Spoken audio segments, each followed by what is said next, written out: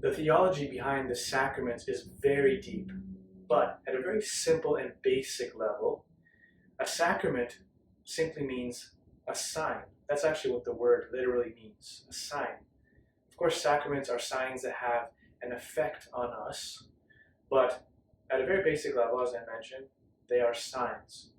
Keeping this in mind, we think about the beautiful sacrament and vocation of marriage. The vocation of marriage, a couple is called to love one another and to serve God. And they're called to be a sign to the world of God's love for us. Remember, a sacrament is a sign. And so a husband and wife in marriage are called to be a sign of God's love to the world in the way in which they lay down their lives for one another, in the way in which they love one another, in the way in which they serve one another. People are supposed to see a married couple and think of God.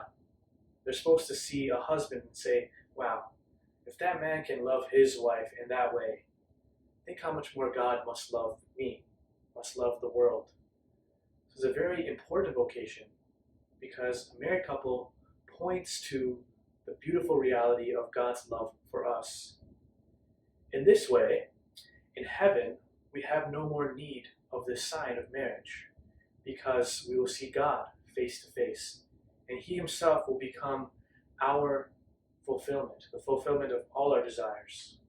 Think about this. If you're heading towards Niagara Falls, along the way you'll see signs that point to your destination. There's 20 kilometers left to Niagara Falls. There's 10 kilometers left to Niagara Falls. But once you reach the falls and then you behold them in all their glory, you have no more need of signs. In the same way, this is what Jesus is saying in our gospel today. The Pharisees are asking him a question about a woman who has been married to 7 husbands.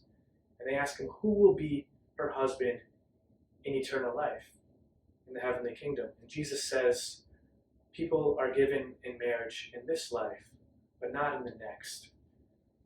Because in this life, the sacrament of marriage points to another reality, points to the reality that God is meant to be our fulfillment, that we are meant to be in a relationship with God.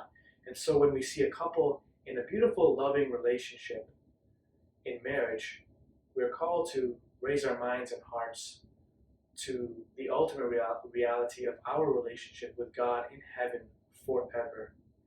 And so, my brothers and sisters, the news that there will be no marriage in heaven is actually news of great joy for us, because it means that in heaven God Himself will be the fulfillment of every one of our desires.